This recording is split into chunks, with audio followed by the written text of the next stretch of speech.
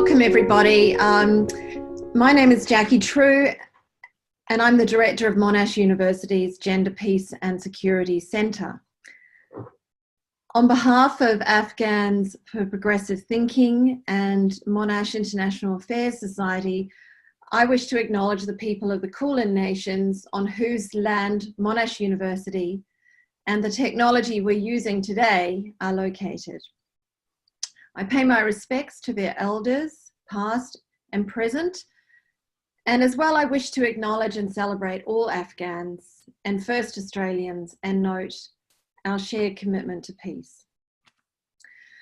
Well, welcome to this fourth debating event in our Afghan-Australian Intercollegiate series toward inclusive peace, human rights and women's participation in the Afghan peace talks. These are policy-focused debates aiming to promote human rights and women's active leadership and participation before, during and after peace negotiations in Afghanistan's peace process. A special welcome today to those joining us for the debate via live stream on the Monash University Faculty of Arts Facebook. At our last debate, and fingers crossed for today, we had almost 12,000 watch the debate. So no pressure to the debating teams today. As I mentioned, the debate is being hosted jointly by Afghans for Progressive Thinking, Monash International Affairs Society and Monash University's Gender, Peace and Security Centre. Before I go any further, I'd like to invite Ms. Beshra Razik to introduce Afghans for Progressive Thinking, the co-host with us for this event. Thank you very much, Professor. Hello, everyone. This is Beshra Razik. I have a bachelor's degree in law from the American University of Afghanistan, and I'm currently the debate program assistant in Afghans for Progressive Thinking. I'd like to take this moment and convey a hearty welcome to all the debaters from Australia and Afghanistan and our distinguished guests, especially His Excellency, Mr. Geoffrey Tooth, Australian Ambassador to Afghanistan, and Professor True to yourself. We are filled with great honor and joy to host the fourth round of Afghan-Australian online debate round. And to give a brief introduction about APT, I must acknowledge that APT is the largest youth-led national organization which aims to promote a culture of openness, tolerance, acceptance, and critical thinking among youth and children in Afghanistan. It's primarily focused in capacity building through debate and leadership programs for youth, research and advocacy through publications, conferences, and media talk shows, and networking through exposure trips within Afghanistan and abroad, and APT and alumni community events. Ever since its establishment in 2010, APT has initiated APT has impacted over 30,000 students across 7 provinces in the country and is now partnering with 35 public and private universities in Afghanistan, regional and international levels. Furthermore, since 2008, APT has established and is now running an elementary school for internally displaced children in Mazar, a city in northern province of Afghanistan, northern zone of Afghanistan, and it has also initiated the annual Afghan Youth Representative to the United Nations program in the same year. Our mission is clear. We wish to accomplish it by empowering youth. Thank you very much, and again, best of luck to all the debaters. Thank you very much, Beshra. It's fantastic to be co-hosting this debate with Afghans for Progressive Thinking, and so impressive, all of the youth leadership activities. So thank you. Just a few words about Monash University before I ask Ryan Uttar to introduce the Monash International Affairs Society. Monash, for those of you who don't know, is Australia's largest and most international university. And we're currently among the top 1% or the top 100 universities worldwide. I am the director of Monash Gender, Peace and Security Centre, as I mentioned, and Monash GPS is a globally recognised centre that provides research evidence to support the integration of gender perspectives into peace and security policy and practice, including peacemaking processes. And we seek with this research to support the agenda set by the United Nations Security Council Resolution 1325 on women, peace and security, which commemorates 20 years this year. Ryan, would you like to introduce Monash International Affairs Society, please? Thank you, Professor True. Good afternoon to everyone in Australia. Good morning to everyone in Afghanistan. It is a pleasure to be speaking with you all today, and to everybody on our live stream as well. Special welcome to His Excellency Ambassador Jeffrey Tooth, Australia's Ambassador to Afghanistan. The Monash International Affairs Society is an apolitical student society at Monash University that works towards establishing a network of students passionate about international affairs and international relations. MIAS aims to develop student skills in vital areas such as debating, negotiation, leadership, problem solving, and understanding of international affairs as a whole. We aim to do this through a number of different national and international projects, conferences, ventures, internships, and summits. MIAS aims to deliver an opportunity for Monash University students to be part of a society that promises to produce networking opportunities, academic and educational progress, and most importantly, a chance for students to realise their full personal potential. MIAS is open to students from all disciplines who share an interest in international affairs. We are honoured to be taking part in this, the fourth instalment of the Afghan-Australian Intercollegiate Towards Peace Together debate series, towards inclusive peace. And we look forward to today's proceedings. So Jackie, thank you so much, and I'll hand back to you. Fantastic. Thank you very much, Ryan. It's fantastic to be collaborating with Monash International Affairs Society. It's now my great pleasure to introduce our adjudicator for today's debate, His Excellency Mr. Jeffrey Tooth, Australia's Ambassador to Afghanistan. Mr. Tooth is a senior career appointed officer within Australia's Department of Foreign Affairs and Trade. He was previously Assistant Secretary, ASEAN and Regional Architecture Branch, and he has also served overseas as the head of mission in the Australian High Commission in Nairobi. He's served as the Deputy Head of Mission in the Australian Embassy in Seoul, Korea, and also in the Australian High Commission in Port Moresby, Papua New Guinea. We're very pleased to note that Mr. Tooth holds also a Master's in International Relations from Deakin University in Melbourne and a Bachelor of Arts Honours from the University of Tasmania. And we're really delighted, Ambassador, that you've agreed to adjudicate today's debate. And so we're very happy to welcome you today. Just a few words about the debate. In the spirit of peace, there will only be winning teams today. And Ambassador Tooth will provide feedback to both teams, as well as select the best and runner-up speakers today. And I'm sure that's going to be a very tough decision. Okay, well, therefore, I now open the debate and I will just state the motion that we are debating today. And that is, this House believes that there is no guarantee in place to protect human rights during and after the Afghan peace negotiations. In today's debate, the Afghans for Progressive Thinking team will take the government side, while the Monash University team will take the opposition side. Each debater will have just 5 minutes to deliver their speech. Well, in that case, I invite Ms. Algai Wardak to take the floor to open the debate for the government side. Bismillahirrahmanirrahim. Assalamu alaikum, everyone. Mrs. Speaker, today's issue is a very sensitive issue that we are debating here. It's about me, my mother, my sister, and hundreds and thousands of women around Afghanistan like us, who constitutes about 50% of the population of Afghanistan. So let me remind the opposition that we are not talking about 1 or 2% of the population whose rights and lives are at stake here. We are talking about 50% of the population in Afghanistan here. And unlike the opposition who's talking from Australia, I am talking from Afghanistan as a woman, so I have a better position to observe and and argue my rights. Therefore, as the government side, we argue that there are no guarantees on human rights during and after the current peace negotiations.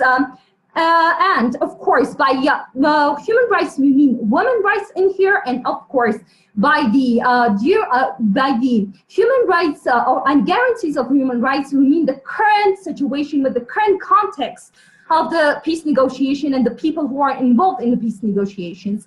Madam Speaker, as we know that nothing happens without in a vacuum, and if we want is to make the future circumstances and what will happen in the future, we must see the current context. And by observing the current context, there are no guarantees of such rights for two reasons. First, that the parties that are involved in the current peace negotiations are not in any position to give a voice to women's rights and women in the peace negotiations. And second, Taliban are not in a position and not be trusted to ensure and guarantee the women's rights for Afghanistan.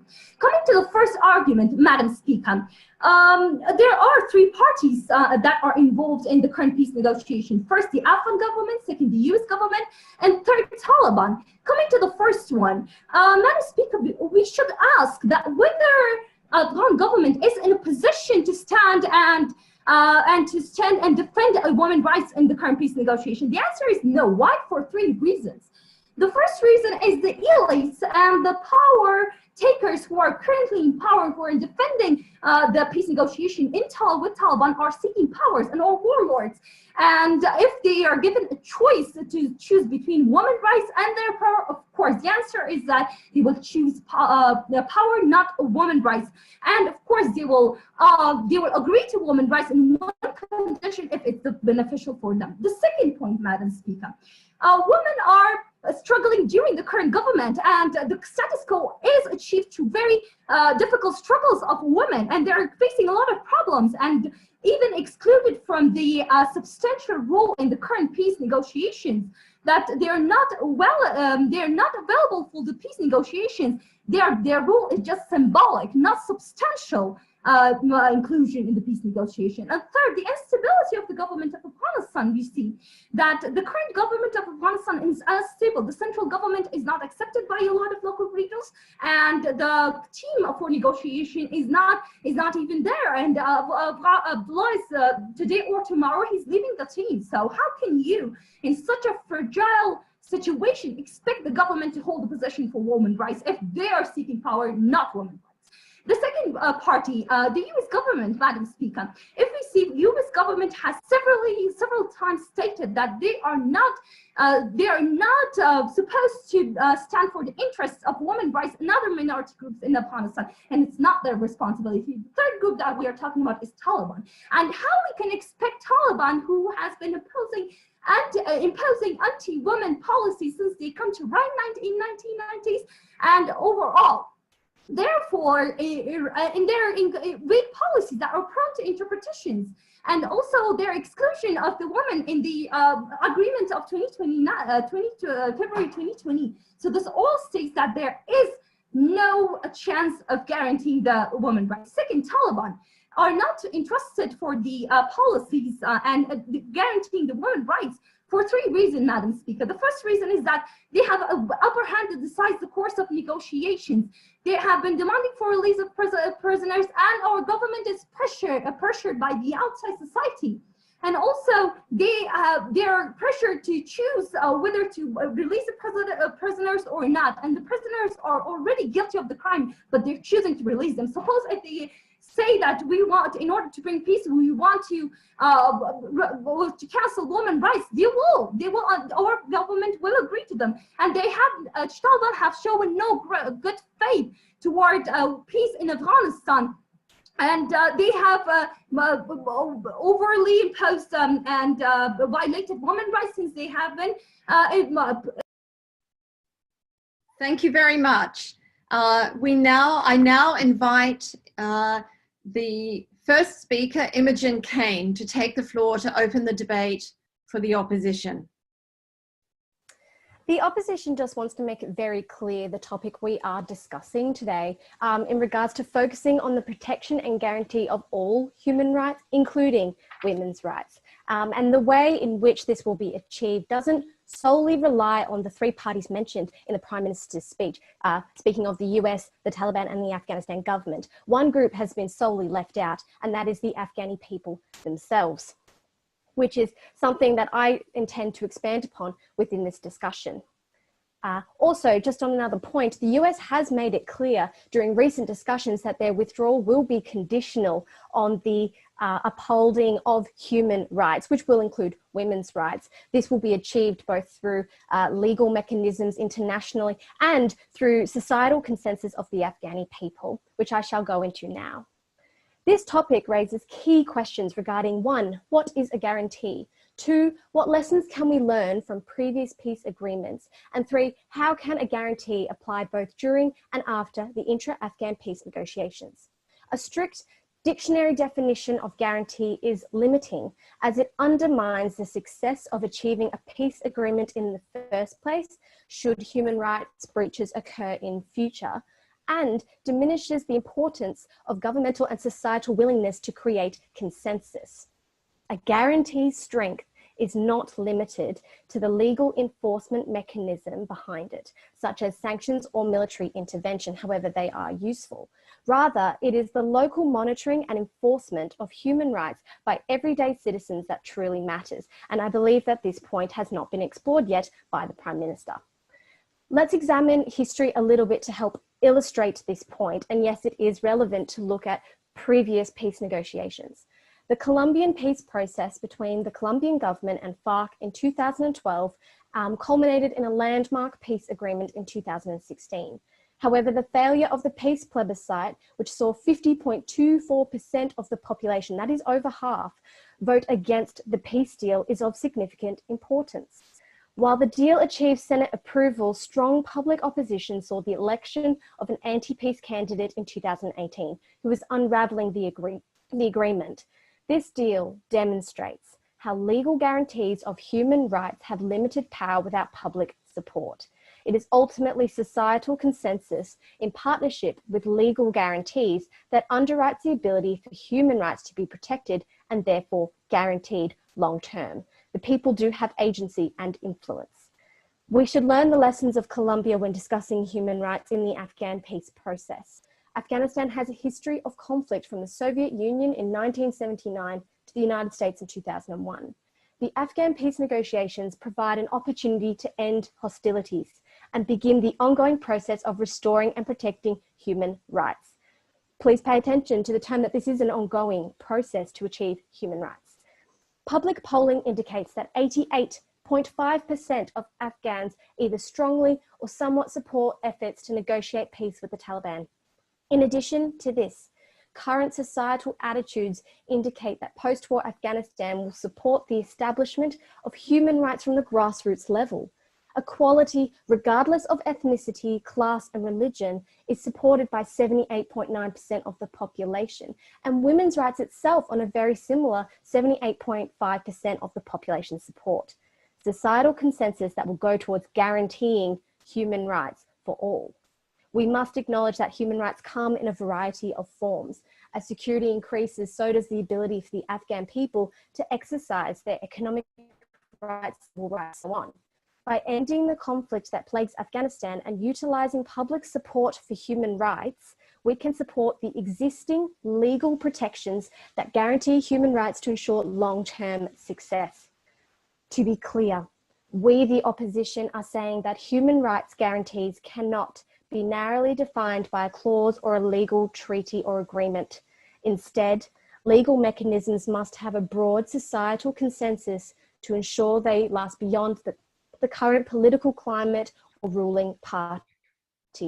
It is not restrained by time, but is ongoing during and after the peace negotiations. Going forth in this debate, let's take the idea of a guarantee as a societal commitment to the continual protection of human rights. This accounts for the indeterminate timeframe of the peace talks themselves, as an ongoing process is not confined to the length of discussions. It gives agency and power back to the Afghani people themselves, acknowledging the influence and impact they have now and into the future. Thank you. Thank you very much, Imogen. I now invite Ajmer Raziki to take the floor as second speaker for the government. Okay. Assalamu alaikum to everyone. I'd like to rebut the leader of opposition by stating my arguments. In my arguments, I build them the way that it rebuts the other side. I will speak a little bit more general, not only women's rights, but also the children involved, other people, other rights of human rights in Afghanistan that is violated. Coming to my first argument, at the same time I'm stating my arguments, I will rebut the points mentioned by opposition leader. First, why we don't have guarantee? Because Taliban failed to build confidence and trust. Therefore, they're not willing. The premise is I can give you the outcomes I can predict. They are not willing to have peace, or they cannot be trusted, and Afghanistan would be unstable, not from only Afghanistan government, Taliban, and also United Force. To prove my claim that they haven't built confidence and trust, if you look at the ceasefires in 2018, it brought hope to a lot of people, and people are pessimistic about it. But what happens after every ceasefire? We see a breakout in the attacks. They have doubled and tripled at their attacks after ceasefires.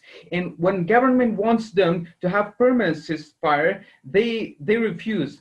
That shows that they are not willing to have peace in its true nature. If they're willing to have a peace, a kind of agreement, they can have that dialogue, peace dialogue, in a situation where both sides just speak, not combat or not fight. If you look at the ideology of the Taliban, it's related to my first argument. If you look at their ideology, you would see this is a group did everything by violence. They started. If you look at their actions, society you see society attacks on the military forces, schools, universities, hospitals, banks, public places. A lot of innocent civilians were killed. Even the cases, they were pouring battery seeds on schoolgirls and cutting their nose and burning them. And also they take people on hostages, as hostages on the ways. And also the worst type of killing they did every type of terrorizing people. They uneased our society. And one of the thing I saw, it was when I was in a school in a small bay. I wanted to become an engineer to build Afghanistan. I saw a video and watched a video that in which a Taliban is holding a dagger and cutting people's throat. And that, even for weeks, I remembered the scene of it, and that was the nightmare that I had during the school days. So they can be trusted overall. Even if you look at the casualties of this year, you would see the casualty has increased. There's escalation in violence. If you the report given by the President Ghani on the 28th of July, it says he himself says that 3,516 government forces killed and 6,781 wounded. If you look at the civilians, you will see 775 civilians killed and 689 wounded after having agreement with the US. It's mean US is now silent, UN is silent, none of them is doing anything in order to help people, local people in Afghanistan, local people, most of them are suffering. If you look at the Farah, there is a report that they say the life have become very difficult to us, and we're in very bad situation. I have some challenges to the opposition. If they really see some guarantees, they gotta answer these questions. First, how can a group that seeks solutions to do everything with violence be trusted in this peace process? And the next question is, if Taliban wants peace, why they do not agree on immediate and permanent ceasefire till we agree on the terms? These are my challenges to opposition to answer them. Coming to my second argument, why we don't have guarantee. The thing is that we have got now a weak government like Afghanistan, which is not able to protect human rights. The Taliban and US, they have agreement. Now they're not engaged in fight. So America is not engaged in fight. Now we're alone. And also the America aid cutoffs it also is a problem, and also widespread corruption in Afghanistan also made Afghanistan very vulnerable. Afghanistan government won't be able, I think, to protect this 18 years achievement, to the most important achievements, as I see, like in terms of education, women's education and their rights. I don't think they would be able to protect them. Also, releasing 400 serious killer would be a big mistake, I would say. That brings me to the end of my speech. Thank you. Thank you very much, Ajmir. I'd now like to invite Lucy Rosenblum from the opposition side to take the floor. Lucy? Guarantees to protect human rights during and after the peace talks exist. Specifically, they exist within the international governance and legal framework and within the domestic legal framework of Afghanistan. But first, I would like to address the argument made by the Deputy Prime Minister about the Taliban not being willing or not able to build trust. In this case, sanctions from international community will keep them in line. Also, the Taliban gains its support from ordinary Afghans. As society changes, the Taliban will also lose its support. Additionally, in response to the second argument, a US troop withdrawal does not signal a lack of support, but rather an acknowledgement that Afghan locals must drive the process, and have foreign powers intervening is not always helpful.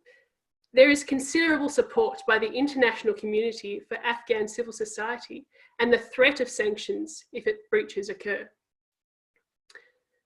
So how can I talk about the existence of legal guarantees and documentation of guarantees when the agreement struck in February made no mention of the word? Well, let's look at international law and governance first. If you want to focus on the words, the guarantee of human rights is mentioned over 40 times across 9 core international human rights treaties, all of which the Afghan government has signed and ratified. Most importantly, this includes all 3 of the legal documents that make up the International Bill of Human Rights. This corpus of human rights law guarantees the protection of human rights in Afghanistan because they are binding themselves to that obligation and subjecting themselves to the mechanisms put in place by the UN and various bodies to actively protect human rights. To put this in perspective, on paper, there is more guarantee that human rights will be protected in Afghanistan than in the United States.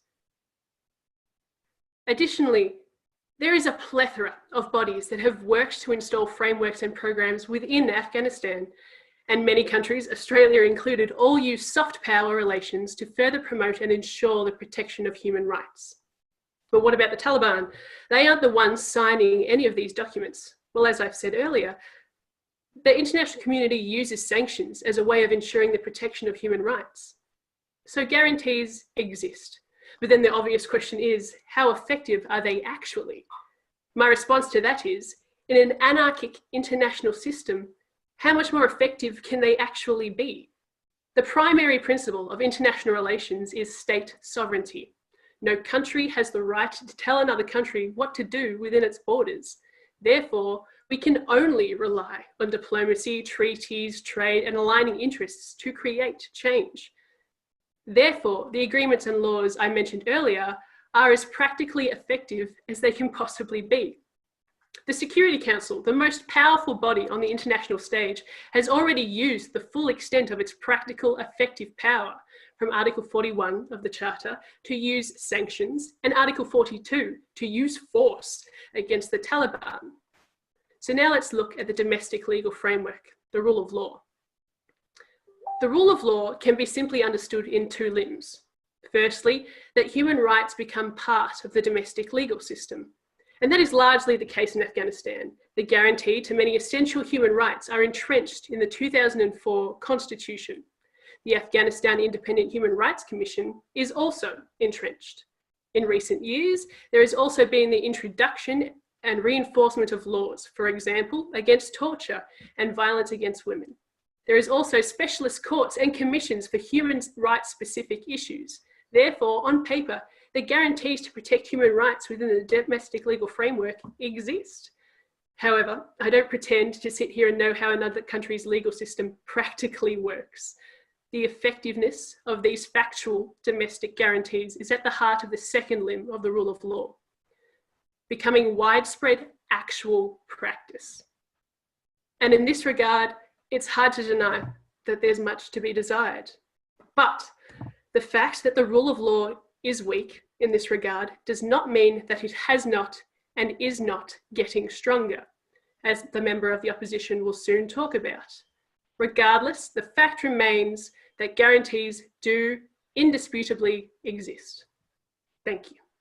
Thank you very much, Lucy. I now invite Kijasta Ahmadi to speak as the whip for the government side. So, Mr. Speaker, to begin, I would like to rebut some arguments that have been made by the opposition side.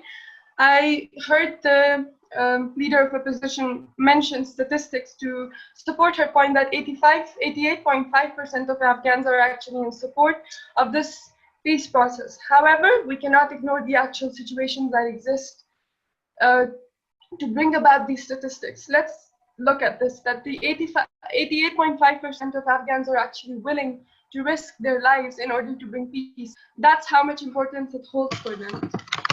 And moreover, we have to look at the actual events that exist, that Afghans are being forced to agree to the terms of the peace negotiations that the Taliban are making, because every term of the Taliban that bomb blast or any genocide attack. For example, the term of Afghans that their prisoners must be released, every time they kept increasing in numbers again and again, and if the Afghan government didn't agree to it, it was followed by bomb blasts again and again. The second argument that I would like to rebut is that the guarantee is not based on what is written in the Bill of Human Rights. If it's not acted upon, then what uses that Bill of Human Rights? For example, if there's no action being taken to protect those human rights that are listed on a bill, then what uses it? Because I, as an individual living in Afghanistan, can guarantee that those rights are not being protected at all. So we cannot base our decisions and actions on assumptions or things written on paper, but we have to look at actual events that are happening. And those actual events are nightmares for the Afghan people, which are bomb blasts and bombings. And I also heard the deputy leader of opposition mention that the international community is willing to interfere if the rights of the Afghan people are trumped. So here's my question to her. When did the international community interfere? When the Taliban were bombing children's schools, they were bombing communities in Afghanistan, they're taking innocent lives of the Afghan people. There has been no interference, and that lack of interference shows that there will be no interference in the coming future. Coming to my own arguments, I would like you to take into perspective how the peace negotiations or how the acceptance of the Afghan people came towards the peace negotiation. First of all, when the peace negotiations began, the term Taliban completely disappeared on official documents and it began being replaced by anti-government agency, which has a major impact if you look at it. It gives a certain level of respect to a turned, inhumane group. The phrase Taliban itself sparks a certain level or an unimaginable level of fear in the mind of every Afghan person living in this country. And to replace that, they made them more accepting towards the idea of peace with an anti-government agency instead of the Taliban, and changing labels helped them secure that. And secondly, I would like to say that how is there a guarantee when all the things that the Taliban has done shows that there is no guarantee in place to protect human rights? For example, in the peace negotiations, there was no mention of the Taliban being punished or providing any compensation for the loss of thousands and millions of lives that they have taken in Afghanistan. Now, I'm not saying they should provide any monetary compensation to every Afghan family residing in Afghanistan, because that is the amount of people that have been affected, but it wasn't even mentioned. So that just shows how unfair, unjust this whole process has been. And instead of providing some compensation, some sort of apology or any attempt towards it, Taliban prisoners were released. And if you don't think that's unfair, then that's just really shocking to me. And secondly, it is the right of the oppressed that their oppressor be punished. Imagine someone comes into your home and kills your mother, father, sister, and brother right in front of your eyes. And now will you want to, and a contract killer comes. Now, would you like to punish only the contract killer or the contractor as well? Here's the thing. In the whole peace process, Pakistan, who's a major funder of the Taliban, has not been mentioned once. Not even once.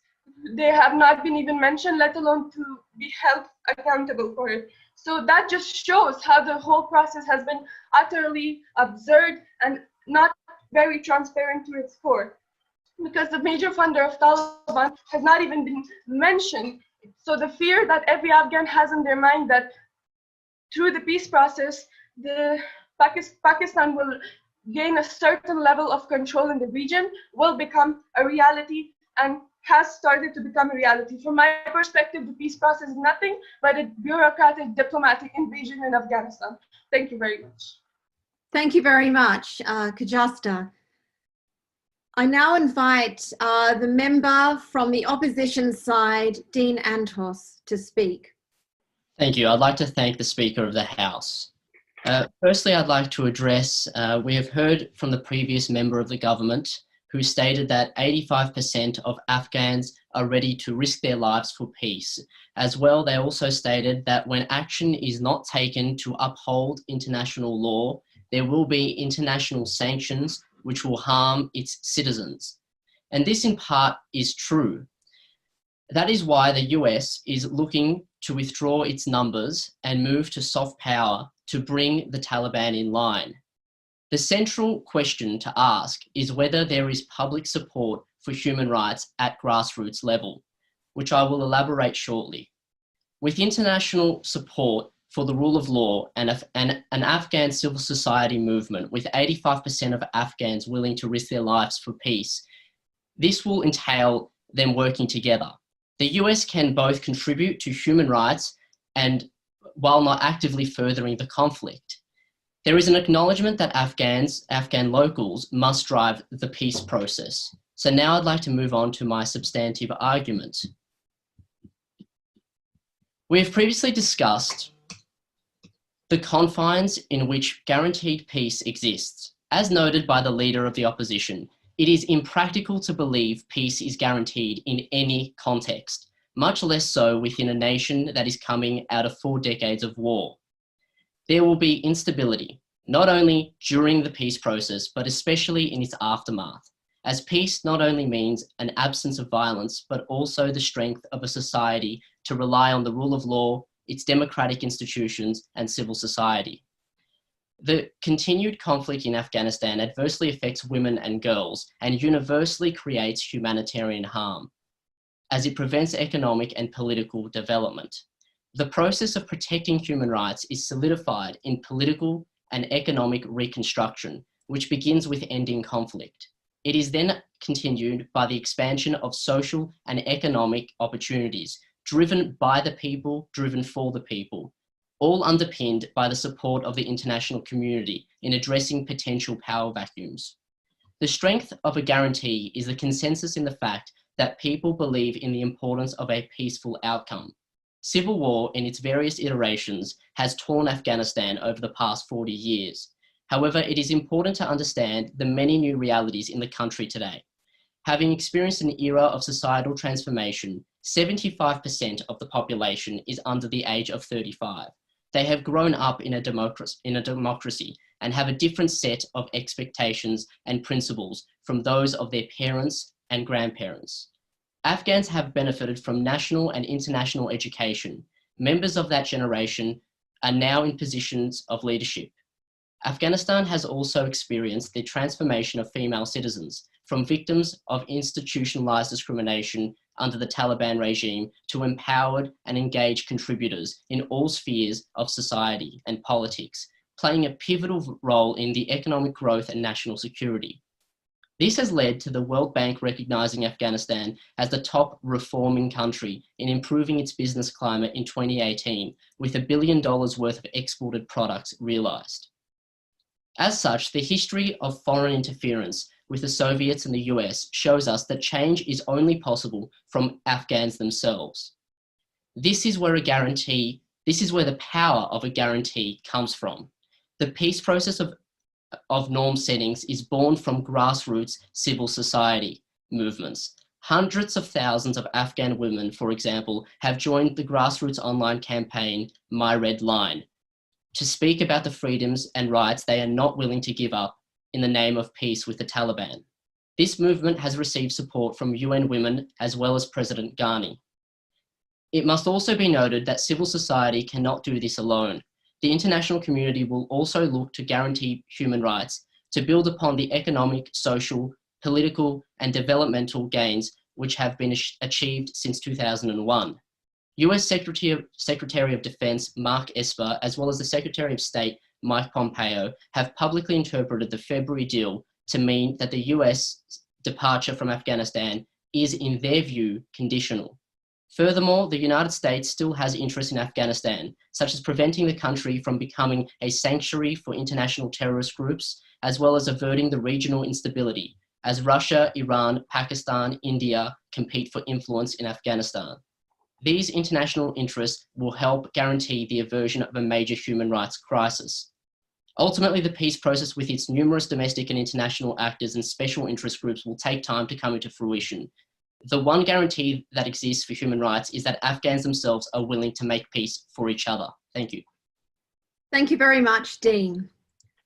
I now invite Mahbub Wafahi, whip of the government side, to close the argument for their side. Mr. Speaker, to sum up today's debate, I would like to sum this up within two questions. First, whether human rights will be protected during the peace talks by international communities and the Afghan legal framework. Secondly, I'm going to discuss about whether human rights will be protected by the Taliban during and after the peace talk. Now, to answer the first question, it is quite clear, Mr. Speaker, when we are talking about two international communities, so basically here in Afghanistan peace process negotiation, we have two very strong agencies. The first one is the United States, that is a very reliable counterpart for the Afghanistan. Secondly, that is the United Nations. Now, I'm going to discuss furthermore about the role of these two in the Afghanistan peace process. Mr. Speaker, and the first point here is about the United States. Now, when we had the peace agreement with the Taliban, when that peace agreement has been done with the Taliban from the United States, now that agreement calls that the United States should give all of the authorities of peace negotiation to the Afghan. So they stated that we have done our deals with the Taliban, and now it is your turn to do your intra-Afghan peace talks. And this means that they are unwilling to just follow and to have a very strong rules in the peace process of Afghanistan, since they had done that deal with the Taliban. Secondly, Mr. Speaker, here is the role of the United Nations as an international agencies. Now, Mr. Speaker, when we are talking about the United Nations, so basically that is an international agency that is providing recommendatory advices to the nations, not obligatory things. Mr. Speaker, for example, if we look to the case of the Colombia peace talks, now there we have seen that the United Nations was not engaged with the peace talk as far as the President Pastana just invited them in order to be engaged with that. And now when they didn't have the authority, but the government had provided them, which means that the United Nations here in Afghanistan peace talks will only have a recommendatory monitoring, not any obligatory, which means that these two international agencies will put everything for the Afghanistan government to do them all. Secondly, Mr. Speaker, here is that whether human rights will be protected by the Taliban. Mr. Speaker, it is very quite clear that when the quite clear that Taliban has been subjected to killing of many civilians from the during the regime and after that within these 20 years, which means that they have been violating human rights from since then till now. And if we look to the inside group, when the Mullah Omar has been died, his successors were made and grouped into two different factions, which means that we only have today the Taliban regime is consists of two specific groups. First one, that is Mullah Haibatullah Khan, which is processing the peace negotiation with the Afghan government. Second is Mullah Rasulullah Khan, which is strikingly and directly stating that he's not willing to join with the peace process, which means that if this leader of Taliban won't join with the peace process, means that they will continue their fight, and this fight will cause that more people will be die and more civilians will be killed, and there will be a lot of human rights violation within their places that they have that they are triumphing and overtaking there. Secondly, Mr. Speaker, here is about the thing that Mr. Speaker, think that some Taliban disagrees with the peace process, like this one that Mullah Rasulullah Khanzada, which means that if they are not going to have the peace negotiation with the Afghan government, so they will rejoin to other insurgent group, that is IS, Lashkar-e-Taiba, Haqqani group, which means that they will continue their attacks on the Afghan government, which strictly violate human rights by killing of the civilians through bombing, through the operations, and by limiting the individual freedoms and not letting the woman to go to the school.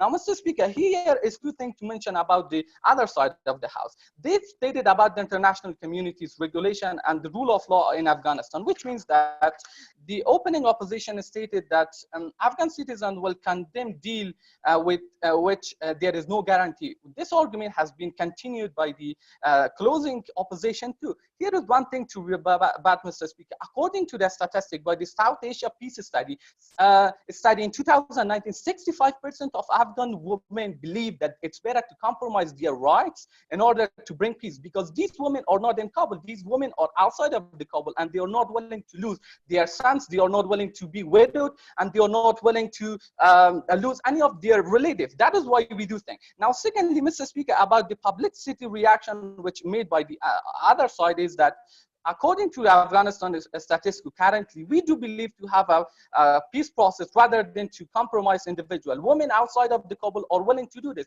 Most of people outside of the Kabul are willing to do this. This is why we do believe that there will be no guarantee to protect human rights in the peace process. Thank you. Thank you very much, Mahbub.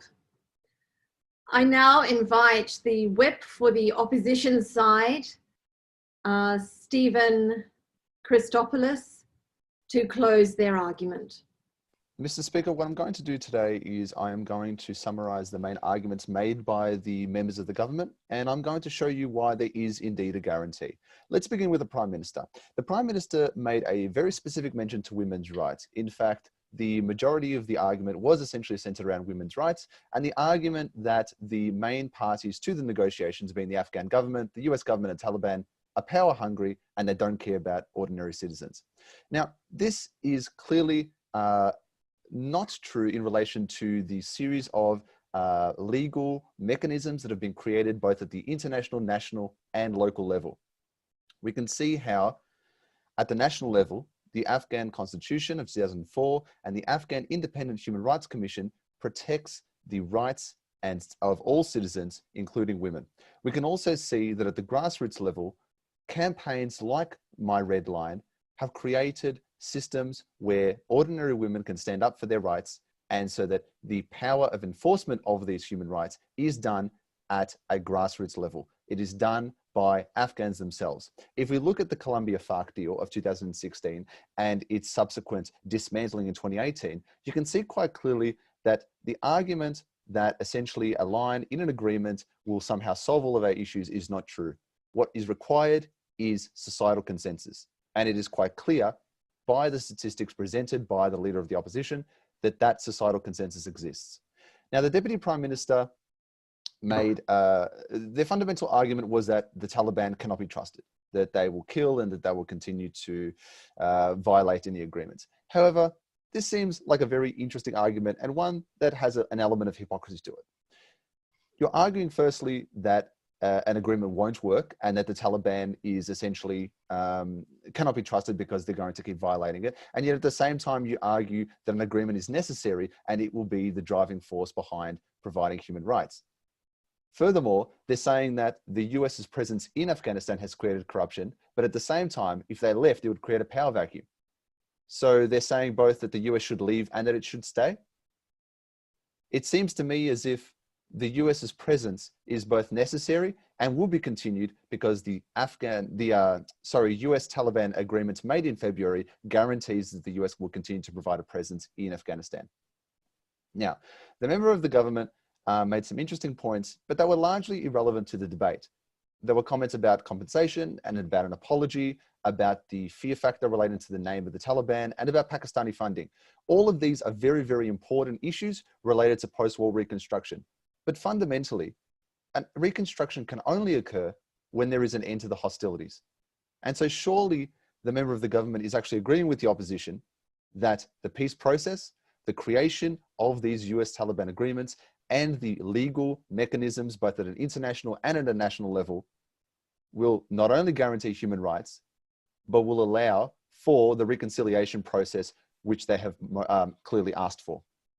Finally, the government whip has mentioned that essentially the UN doesn't care and that it doesn't provide a presence in Afghanistan. However, they make a sanctions regime seem hypothetical. What's odd is, in 2011, the UN Security Council passed a sanctions regime. It's Resolution 1988. And so the UN clearly does care about Afghanistan and clearly does have a presence because the Taliban is currently under a sanctions regime. This is not a hypothetical. This is what's happening on the ground today. What we can see is that the history of foreign interference in Afghanistan over the last 20 years, and you could even go back to the Soviets in 1979, has created a significant issue regarding conflict, regarding the distribution of responsibilities and of power. And so it seems to me that the government side as a whole is both arguing that the international community should take more of an active interest, but is also saying that when the international community does provide some sort of direct involvement, that it creates essentially a weakening of the Afghan government and of the Afghan people. And so I repeat again, there are legal mechanisms, both at an international and at a national level. There is clear societal support for these mechanisms. And what we are seeing is that the societal support matched with the continued reform of these legal processes clearly does create a guarantee for human rights. It does guarantee that there is an ongoing reform process and that even once the US and other foreign leaders may take a step back, that ultimately the process of reconciliation and of the protection of human rights will continue into the future. Thank you very much. Thank you very much, Stephen. Well, that closes the formal debate. And I now turn to the adjudicator. We normally would give you 5 or 10 minutes to collect your thoughts. How would that be? Would you like 5 minutes, 10 minutes? Perhaps just leave me 5. I think 5 minutes. that's all I need. I know we're under some time constraints, but I'm quite happy with 5. I will turn my camera off while I ponder. Fantastic. Thank you very much, Ambassador. And to the 2 teams, well done on a stellar performance. You can now take a breather for 5 minutes while we wait for the adjudicator's comments.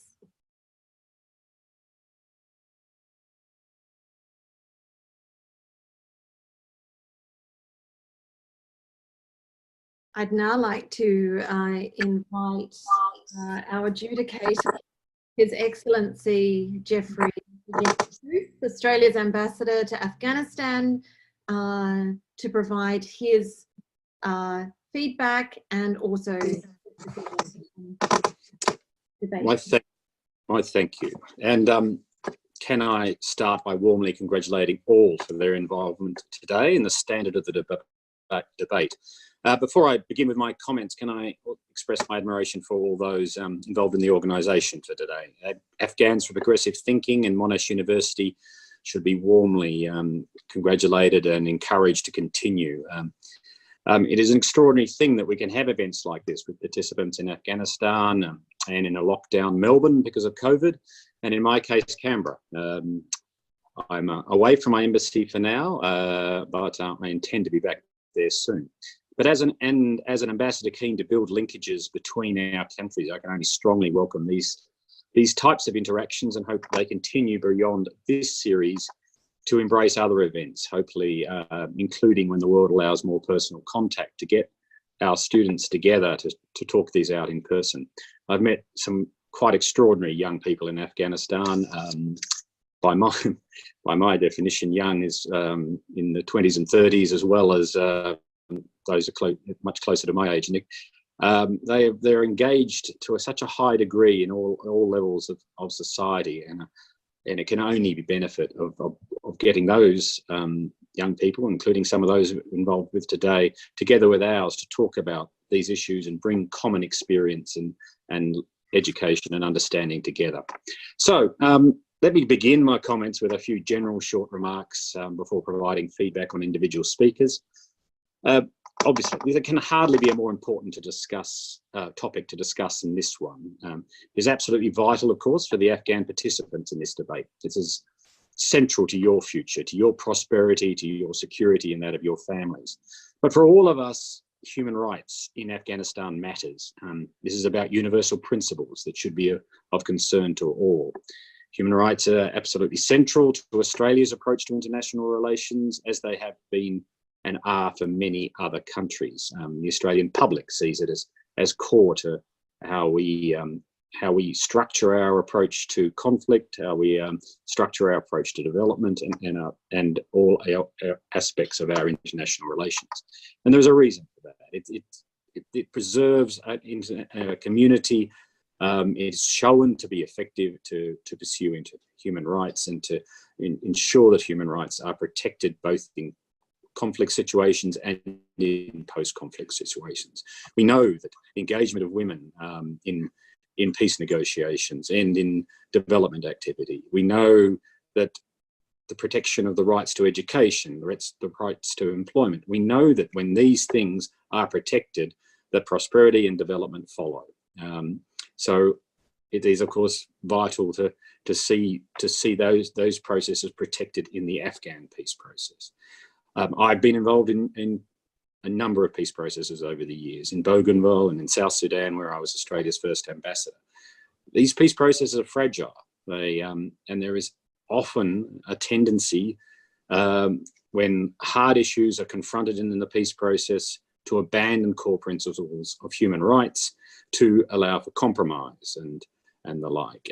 But when that compromises, when those developments are allowed to lead into agreement that don't respect human rights, everyone suffers, and the peace has to be as a consequence fragile. So yeah, the peace process and the settlement rises must have the support of the international community, but it also must have the support of the Afghan people, and that is one of the clear messages I got out of today, both from the passion of the government speakers' side, where you talk so much about your history or your recent history and how constant setbacks, the level of violence, and how that breeds uncertainty that human rights can be respected in a peace process. But so if you don't have the Afghan people both be behind the peace process itself, if they don't have confidence that the peace process will be supported by the Afghan government, but that their basic human rights won't be compromised, and that the international community won't stand firm in the protection of human rights, and whatever the outcome is, whatever how we will support the future Afghan government, whatever shape or form it takes. If that confidence isn't there, then the peace process is doomed to failure. It is absolutely essential that a sustainable peace arises out of this. We know that's the highest priority for the Afghan people. So to do that, we just need to keep our eye at all times through this current process and what comes next on the human rights aspects. So again, my thanks and congratulations to all speakers today. running through them individually, we had a very powerful opening from the Prime Minister Wadak on the Afghan side, with a very clear focus on Afghan women, and of course, absolute the highest priority for Australia and many other countries who are following and engaged in this debate is protecting the very fragile gains that Afghan women have made. And Oagay was very passionate and very strong on the concerns that Afghan women must have in this sort of environment, where the potential for compromise, the potential for step back in terms of the gains that Afghan women have made is a possible outcome of any negotiation where compromise and the like is made, especially when you're talking about the return of a government and in potentially a group in the name of the Taliban that hasn't shown that sort of commitment in the past. So a passionate and strong opening. The Leader of the Opposition, Imogen Kane, I very much enjoyed and got a lot out of the very clear presentation from Imogen. The comparison with Colombia, very well made, and the key points of comparison there. The clear summary of where we sit. I was the statistical approach with the evidence-based approach. We do have very strong evidence of Afghan government, Afghan people's support for the various aspects of the peace process. That they're very high focus on human rights and the like. So this gave us was a very solid opening to the position that on them and the importance of public support. I would urge everybody who is interested in this subject to read some of the work done by Ashley Jackson, a noted academic who has worked closely with the Taliban, interviewed 160 plus Taliban leaders and members, and has gone into Taliban-controlled territory, where she's found that the pushback, when communities push back against the Taliban on human rights and the like, they get compromised. They find that they are able to get the Taliban to compromise their hardline views and get some human rights guaranteed. When they don't push back, when they react a bit more submissively, the Taliban return to type. So there's a strong message there about the importance of that. Deputy PM Ajmer, who focused very much on the Taliban, and of course, yes, you can very well understand the concern within the Afghan people about bringing back the Taliban, with its long history and continued statements, which don't provide much comfort to many on their commitment to preserving human rights in the peace process and whatever comes next. This year we saw a major statement of condemning International Women's Day, for example, from the Taliban, and a lot of that sort of messaging remains out there, and it's quite understandable given the way the US Taliban deal was structured. There is concern that the Taliban will be given more latitude than the Afghan people would like to return in any form of government they might be involved in future. So a strong and again passionate coverage of how Afghan people see the Taliban and concerns about that. Deputy Leader of Opposition Rosenblum, I took on very strongly that the elephant in the room, which is the question of human rights, the question of the lack of human rights references in the US Taliban deal. It's of course a question and it's an issue that many focus on, and it was good to take that on, because it's an obvious point of concern to many that the deal itself makes no reference to the rights of women or basic human rights. So well counted on that. Well, and again, I think Lucy's presentation on the range of international agreements that are out there, and that Afghanistan is part of, and that the international community would expect any government that the Taliban are engaged with post a peace process to be involved with. A powerful point that they would need to be part of those agreements and respect the constitution of Afghanistan on human rights and other issues. Afghanistan actually has a very strong constitution with a very strong written basis to its human rights agenda. It has signed up to most of the major international human rights agreements. So the basis there, the domestic legal framework, which then builds on that or allows these to be prosecuted, is there. So it was a powerful argument, and it then linked in very well, I thought, to the role the international community would have to play in terms of supporting that. The member of government, Kujasta, again, a very strong focus on the rights to justice, and again back to the passion and the concerns of the Afghan people. Very easy to understand why these concerns exist. So many setbacks in peace processes over 40, 50 years now, of so many setbacks in terms of escalating violence before some periods of relative peace. But at the time, the trend continues to be of very high levels of violence. And then Kujasta brought out this extremely well.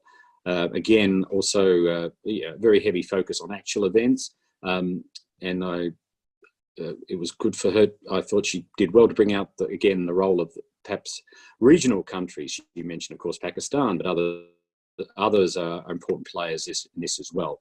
And concerns that Pakistan's history and the history of other countries in this debate doesn't give us a lot yet of security that this might, their commitment to Afghans' peace and prosperity continue. We very much hope that, and we're getting much stronger messages of that support now in the current process. But this is it certainly remains a concern of many Afghans that I speak to, that they need all participants, all regional countries and others to focus on this. Member of Opposition Dean Antos,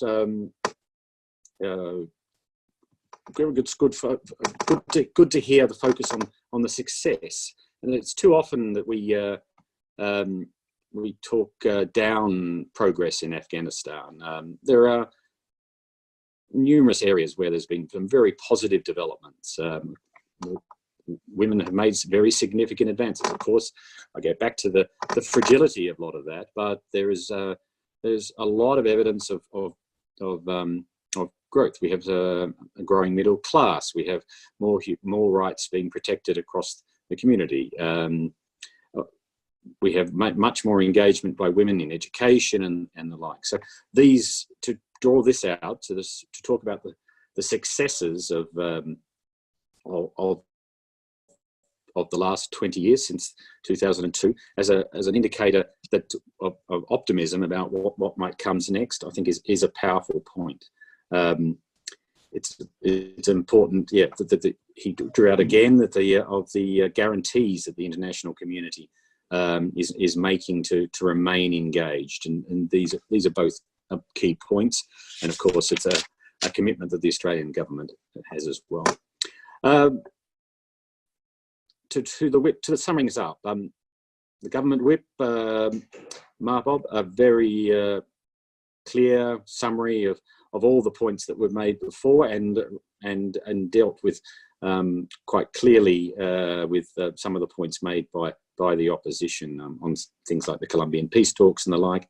Again, brought out the concerns about the commitment of the Taliban, about the commitments of the international community, about the incongruity of some of the language of the deals with the written and verbal and other commitments. And again, drove home why the Afghan community, the Afghan people are concerned about this. Then from the opposition side again, Stephen did a terrific job in bringing together the arguments and responding to the arguments of the government.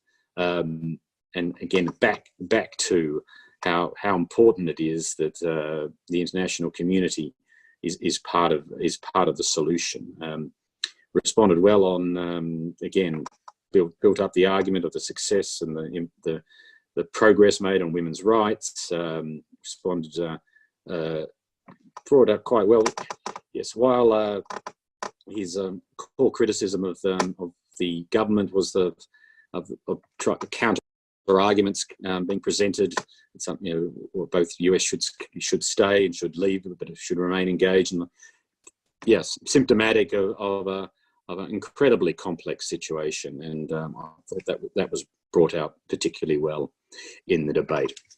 Now, incredibly difficult job you have given me today to provide, to talk about a winner and talk about a runner-up. But I think for me, and I really, I could have chosen a number of you, but in the end, I went for the Deputy Leader of the Opposition, Lucy Rosenblum, as the winner. The clarity of her argument, I thought, was very strong in taking on, as I said, the elephant in the room about the lack of human rights and other discussion and other clauses in the US Taliban agreement, talking about the guarantees that are out there in a very clear way, bringing in the internet, the many international legal aspects to this that we're going to have to prevent, talking about the strong domestic legal framework that does exist on paper and is there to be the trampoline, the parachute, not the parachute, to be the protector of the Afghan people.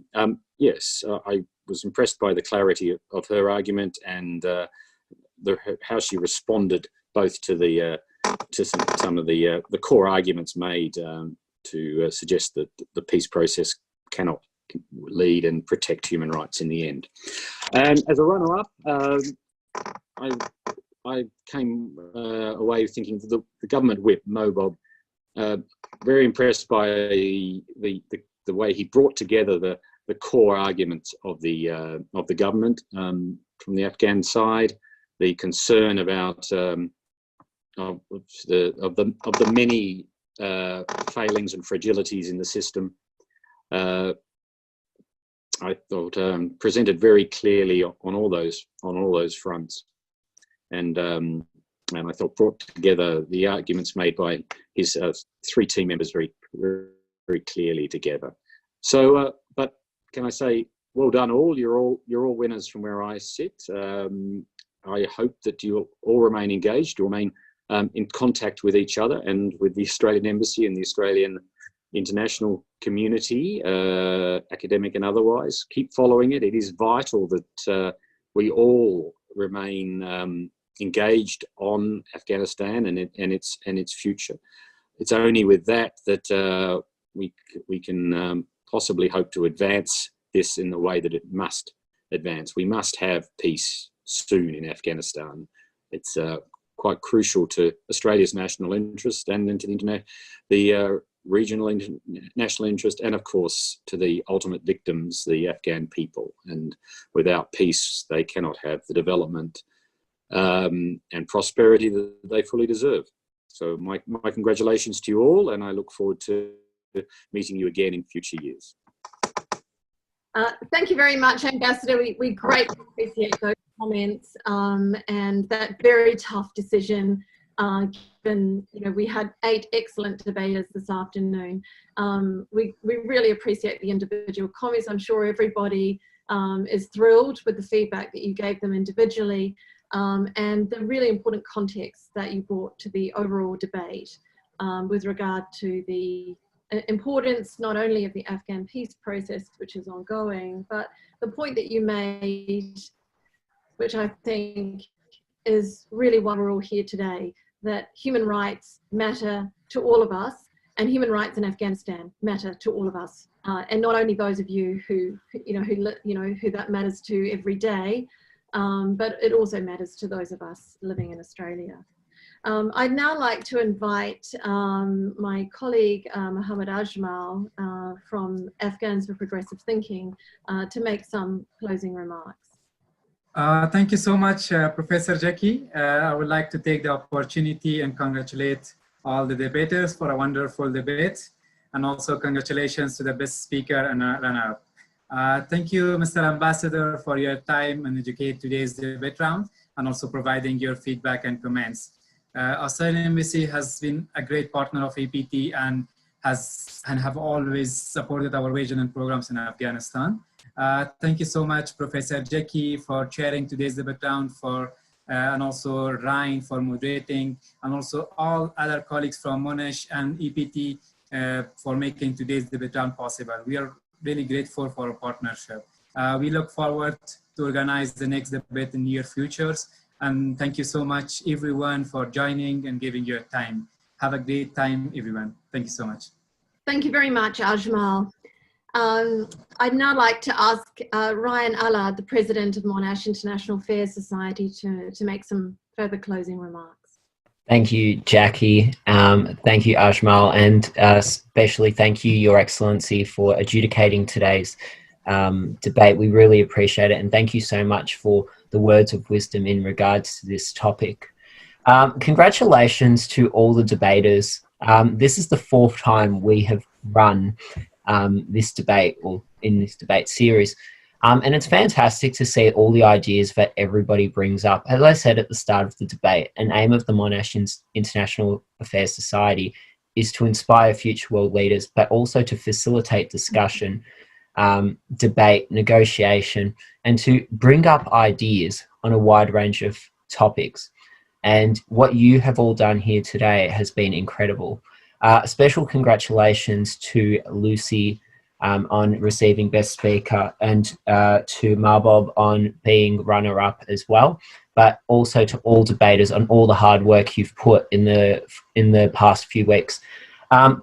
Just to also extend thanks to all the staff who have supported in making this happen as well, from APT and Monash University. A special thanks to Sarah Phillips, who is on this call from Monash GPS, who has helped organise this debate in the series. And special thanks also to, with all the tech assistants we've had, to Stephen, to Jackie, and to Sally for assisting us in setting up the website and all the calls and the live stream as well. Thank you so much to everyone, and we look forward to the next round of these debates. Thank you very much, Ryan. Well, it's now my pleasure to close today's debate, and to finally congratulate and thank all the participants, the debaters, our adjudicator, and certainly all of our support from Afghans for Progressive Thinking and from Monash University and Monash Faculty of Arts. We're so pleased to have this collaboration, and we are strong supporters of human rights, women's participation in the peace process, but most importantly, we're really strong supporters of ideas, and we strongly believe that ideas and good arguments make a great deal of difference in the world, and we think they will make a great deal of difference to Afghanistan. So all the best to all of you, and until next time, thank you.